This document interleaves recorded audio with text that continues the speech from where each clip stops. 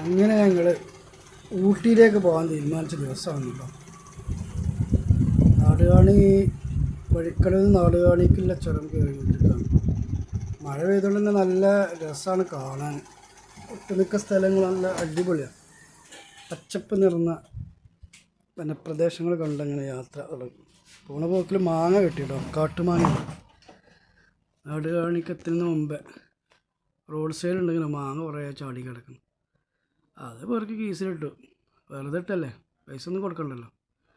അങ്ങനെ അവിടെ നിന്നും പോയി ഗൂഡല്ലൂരൊക്കെ കഴിഞ്ഞ് ഗൂഡല്ലൂരിൽ നിന്ന് നേരെ ചുരം കയറിക്കൊണ്ടിരിക്കണം.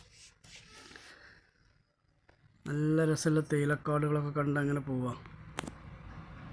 പോകണം എന്ന് കുറേ ആയി തീരുമാനിച്ചു.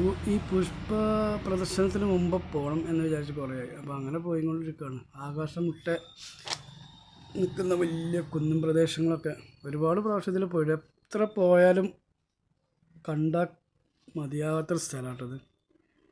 ഇവിടെ ഇതൊരു സൂചിപ്പാറ, നീഡിൽ റോക്ക് വ്യൂ പോയിൻ്റാണ് ഇവിടെ ഉള്ളത്. ചിലർക്കൊക്കെ അറിയായിരിക്കും, ഒട്ടുമിക്ക ആളുകൾക്ക് അറിയാൻ സാധ്യതയുണ്ട്. യൂക്കാലിപ്സ് മരങ്ങളുടെ ഇടയിൽ നല്ല സ്മെല്ലാണ് അവിടെ ഇങ്ങനെ നിൽക്കുമ്പോൾ. യൂക്കാലിപ്സിൻ്റെ സ്മെല്ലിങ്ങനെ വരും.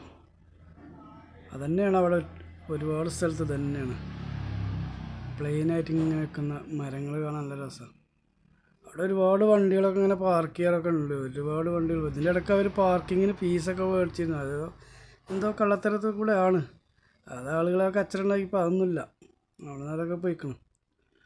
അങ്ങനെ ഞങ്ങൾ കോടമഞ്ഞൊക്കെ പുതച്ച് കിടക്കുന്ന തേയിലക്കാടുകളും പിന്നിട്ട് അങ്ങനെ പോയിക്കൊണ്ടിരിക്കുകയാണ്. ഇവിടെയൊക്കെ ഒരുപാട് സ്ഥലങ്ങളില്ല ഞങ്ങൾ കച്ചവടങ്ങളൊക്കെ ഉണ്ട്. അങ്ങനെ ഊട്ടിയിലെത്തി കേട്ടോ. ഊട്ടിയിലെ മെയിൻ ഗാർഡൻ, ബോട്ടാണിക്കൽ ഗാർഡനിലെത്തി. അപ്പോൾ അവിടെ നല്ല സീസൺ ടൈമാണ്. എല്ലാ സ്ഥലത്തും കയറി കാണാൻ പറ്റും. മറ്റത് ഇനിയിപ്പോൾ പ്രദർശനം തുടങ്ങിക്കഴിഞ്ഞാൽ പിന്നെ അവർ കുറേ ബ്ലോക്ക് ചെയ്യും കുറേ സ്ഥലങ്ങളൊക്കെ. ഒരുപാട് പൂക്കളങ്ങനെ വിരിഞ്ഞ് നിൽക്കുന്ന ഒരുപാട് സ്ഥലങ്ങൾ നല്ല രസമാണ് കാണാനുണ്ടോ. ഇതൊക്കെ അവർ വിത്തിട്ട് മുളപ്പിച്ച് ഉണ്ടാക്കുന്ന, അവിടെ തന്നെ ഉണ്ടാക്കുന്ന സാധനങ്ങൾ കേട്ടോ. വിത്തിട്ട് മുളപ്പിച്ച് അവിടെ തന്നെ ഉണ്ടാക്കുന്നത്. പുറത്തുനിന്ന് കൊണ്ടുവന്ന് വെക്കും ഇനി കുറച്ച് ആ ടൈമാകുമ്പോൾ.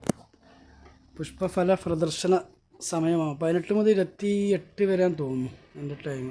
അതിൻ്റെ ഇടയ്ക്ക് അവിടെ നിന്ന് പോകണമെന്നുണ്ടായിരുന്നു. അതുകൊണ്ട് തന്നെയാണ് ആ ഈ ഒരു ടൈം പോയത്. ഒരു മെയ് പകുതി കഴിഞ്ഞിട്ട് ഞാൻ പോയപ്പോൾ.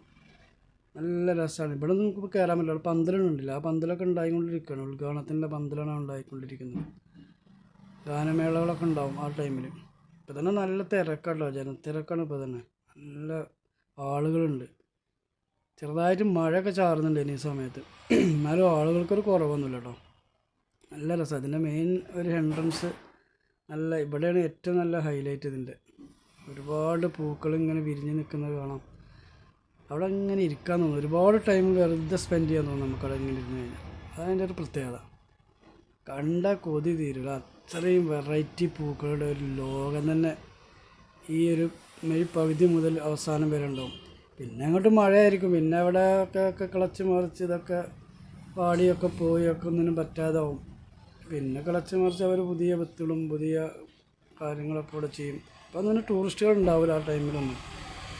അതുകൊണ്ട് തന്നെ അവർ പിന്നെ മറ്റ് പരിപാടികളൊക്കെ ആയിട്ട് ഇങ്ങനെ നടക്കും. ഒരുപാട് കാലമായിട്ടോ ഇതുപോലെ തന്നെ. ഇതിനൊരു മാറ്റം അവർ വരുത്തിയിട്ടില്ല. ഈ ഒരു ഇതിന് വേണ്ടിയിട്ട് ഇതേപോലെ തന്നെ അവർ എപ്പോഴും ഉണ്ടാക്കാറ്. ഒരു മാറ്റം ഉണ്ടാക്കാറില്ല. അതാണ് എൻ്റെ ഒരു പ്രത്യേകത.